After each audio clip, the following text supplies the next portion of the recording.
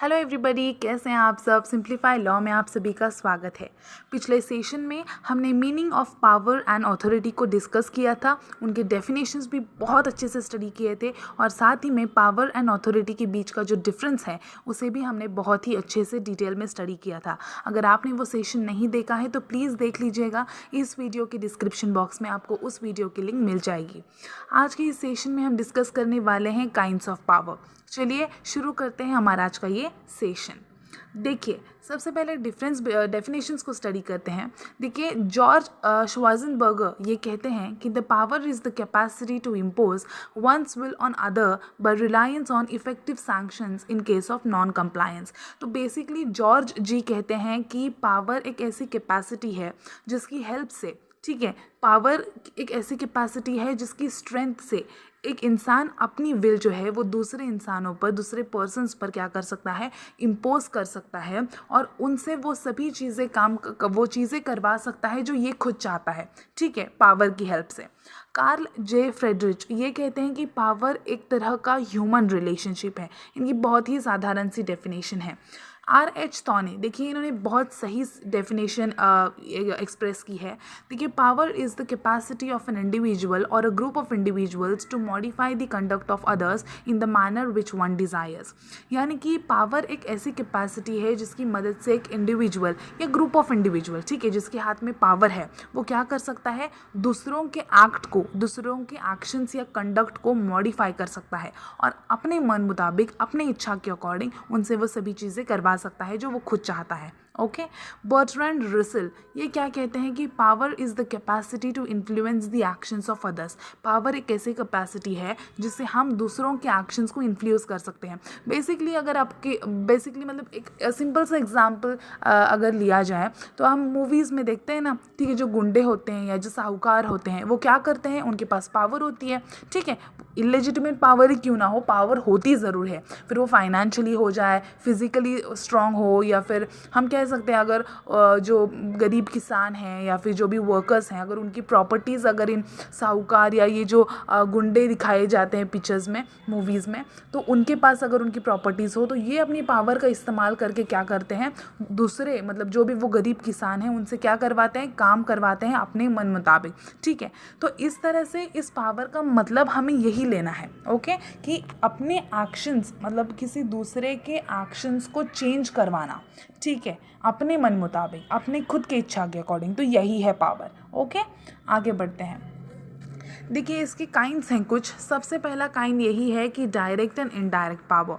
देखिए, when a person और group of persons use power against others it is called direct power. यानी कि एक व्यक्ति या ग्रुप ऑफ पर्सन्स, ठीक है, अगर उनके हाथ में पावर है तो वो क्या कर सकते हैं, ये जो अपनी पावर है वो दूसरों के अगेंस्ट इस्तेमाल कर सकते हैं डायरेक्टली, ठीक है, विदाउट एनी मीडिएटर। ओके, ये डायरेक्टली उन पर क्या करते हैं, अपना जो पावर है वो इस्तेमाल करते हैं, उसे कहेंगे direct power. And when a person और group of person authorize others to use power or uses it through subordinates it is called indirect power। यानी कि एग्जाम्पल के तौर पर जो, जैसे कि मैंने अभी मूवी का एग्जाम्पल लिया, ठीक है, जो कि साहूकार होते हैं या जो गुंडे वगैरह दिखाए जाते हैं ना, तो उनका एक हेड होता है, वो क्या करता है, सबसे पहले खुद नहीं जाता है, फाइटिंग के लिए हो या फिर किसी तरह को सिग्नेचर लानी हो किसी किसान से या फिर वर्कर से, तो ये पहले खुद नहीं जाता है। जो भी हेड है वो क्या करता है, उसके जो सबॉर्डिनेट्स होते हैं, उसके जो चेले होते हैं, उन्हें पहले भेज देता है, ठीक है। तो यहाँ पे वही कहा गया है कि एक इंसान क्या करता है, अपनी पावर इस्तेमाल करता है थ्रू सबॉर्डिनेट्स ओवर। इसे हम कहेंगे इनडायरेक्ट पावर। ओके, देखिए, a person has a right to sell away his property. When he sells his house to someone it means he uses his power directly. अगर मुझे अपना घर बेचना है और मैंने अपने घर को डायरेक्टली बेच दिया, ठीक है, डायरेक्टली जो भी ट्रांजैक्शन है, जो भी डील है, कॉन्ट्रैक्ट है, मैंने डायरेक्टली कर दिया, तो ये क्या है, डायरेक्ट पावर मैंने इस्तेमाल की है। At the same time he can give power to another person through general power of attorney. If he sells his house authorising someone to sell his house it means he he uses his power indirectly. यानी कि अगर मुझे मेरा घर बेचना है लेकिन मैंने क्या किया है, मेरी बहन को या फिर किसी और पर्सन को एक पावर ऑफ अटॉर्नी दी है, या फिर हम कह सकते हैं जो एजेंट्स होते हैं या जो ब्रोकर होते हैं उनके थ्रू हम क्या करते हैं, अपना घर बेचने का जो भी काम है वो कर सकते हैं। तो ऐसे अगर हमने बीच में किसी इंसान को अपनी पावर एक्सरसाइज करने के लिए रखा है तो वो क्या हो जाएगी, इनडायरेक्ट पावर हो जाएगी। ओके, आई होप आपको समझ आ रहा होगा। अब देखिए दूसरा kind, legitimate and illegitimate power. देखिए legitimate power accrues through law and illegitimate power is accrued by force और violence and it is against the laws. यानी कि लेजिटिमेट और इलेजिटिमेट इन दोनों के नाम से ही पता चल रहा है कि ये कहना क्या चाह रहा है। लेजिटिमेट पावर का जो भी ट्रांजैक्शन है या जो भी उनकी चीज़ें होती हैं वो क्या होती हैं, लॉ के थ्रू होती हैं, लॉ के दायरे में रहकर होती हैं। ठीक है, और इलेजिटिमेट पावर क्या होती है, यहाँ पे फोर्स आ जाता है, यहाँ पे वायलेंस हो जाता है, और ये सभी जो इनके एक्शंस होते हैं ना इलेजिटिमेट पावर वालों के, ये सब अगेंस्ट द लॉज होते हैं। ओके, कॉन्स्टिट्यूशन और एक्सेप्टेड कस्टम्स और act sanction some rights to the public. यानी कि कॉन्स्टिट्यूशन है, यानी कि जो भी या फिर जो भी एक्सेप्टेड कस्टम्स होंगे इन्होंने क्या किए हैं, पब्लिक को कुछ किस तरह के राइट्स दिए गए हैं। और अगर ये जो कॉन्स्टिट्यूशन ने या लॉ ने जो बताए हुए रूल्स एंड रेगुलेशंस हैं, अगर उन रूल्स एंड रेगुलेशंस के दायरे में रहकर अगर पब्लिक काम कर रही है या लोग बिहेव कर रहे हैं अच्छे से, तो वो हो गई लेजिटिमेट पावर। ओके, और इलेजिटिमेट पावर में क्या है, लॉ के अगेंस्ट जाकर काम करना, फोर्सफुली करना, कोअर्जन यूज़ करना, ठीक है, एग्रेशन, वायलेंस, तो ये सारी चीज़ें इलेजिटिमेट के अंदर आएगी। तो यहाँ पे पीपल को क्या करना चाहिए, लेजिटिमेट पावर को ओबे करना चाहिए, और जो भी इलेजिटिमेट पावर होगी उनके अगेंस्ट टू रिवोल्ट करना चाहिए, क्योंकि ये हम कब तक टॉलरेट कर पाएंगे।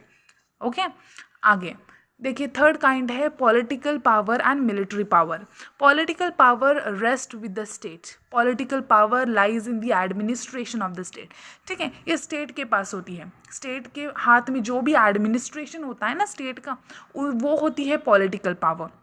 ये जो एडमिनिस्ट्रेशन कर रहे होता है स्टेट, ये किसके थ्रू कर रहा होता है, ये पॉलिटिकल पावर के थ्रू कर रहा होता है। ठीक है, military power lies in army, navy and air force. साधारण सा मीनिंग है, मिलिट्री पावर किसके पास होती है, आर्मी ले लो, नेवी या एयरफोर्स। मिलिट्री जो है, ये मिलिट्री को कौन डायरेक्ट करता है, बेसिकली जो भी मिनिस्ट्री ऑफ डिफेंस है ना, वो एक तरह का इसेंशियल रोल प्ले करती है टू डायरेक्ट और to instruct the military over और मिलिट्री पावर ओवर। ठीक है, और ये जो मिनिस्ट्री ऑफ डिफेंस है, ये कहीं ना कहीं क्या है, पॉलिटिकल पावर का ही एक हम कह सकते हैं पार्ट है। ओके, देखिए military power is subordinate to political power. Military power ये क्या है, पॉलिटिकल पावर के सबॉर्डिनेट है।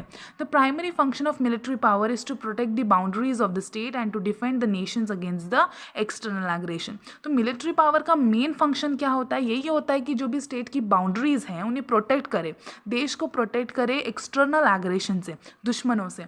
सही बात है। अब देखिए political power is based on psychological influence, military power is based on the real strength.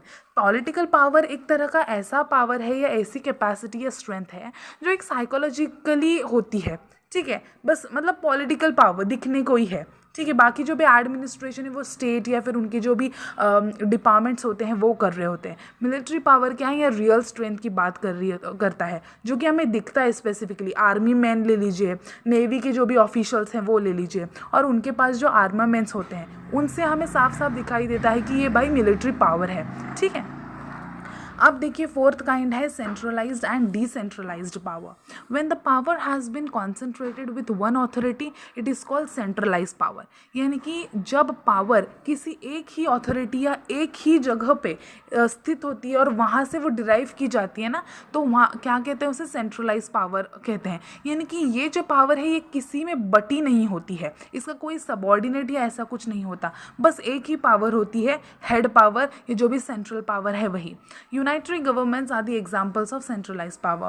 When the power is distributed and decentralized, it is called decentralized power. यानी कि जब पावर डिस्ट्रीब्यूट की जाती है वो डिसेंट्रलाइज्ड हो जाती है। जैसे कि मैंने कहा सेंट्रलाइज्ड पावर किसी में कहीं में बटी नहीं होती है, जबकि जो डिसेंट्रलाइज्ड पावर है उसे बांटना पड़ता है, उसे डिस्ट्रीब्यूट करके देना पड़ता है, ताकि हर लेवल पे, चाहे सेंट्रल लेवल हो, स्टेट लेवल हो, लोकल लेवल हो, सब अपने अपने काम बराबरी से कर सके और एफिशिएंट एडमिनिस्ट्रेशन हो सके कहीं ना कहीं।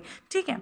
तो ये है इन दोनों के बीच का difference. In India and the USA power ये कैसी है, डिसेंट्रलाइज है, क्योंकि इन दोनों नेशंस में आप देख सकते हो यहाँ पे हमारा कैसा है, हमारे जो है सेंट्रल लेवल पे अलग सरकार होती है, स्टेट लेवल पे अलग अलग सरकार होती है, और अगर लोकल लेवल की बात करें तो हमारे पास होते हैं ग्राम पंचायत, ठीक है, म्यूनसिपालिटी, जिला परिषद। तो इस तरह से हमारे यहाँ पर हमारे कंट्री में कैसा है, डिसेंट्रलाइजेशन है। हर जगह हर एक लेवल पे पावर को बांट दी गई है ताकि जो भी इश्यूज़ हैं वो अपने अपने लेवल पे सॉर्ट आउट हो सके और बड़ा इशू ना बन सके, ठीक है, और एफिशिएंट वे में एडमिनिस्ट्रेशन हो सके। ओके, तो ये थी सेंट्रलाइज एंड डिसेंट्रलाइज पावर।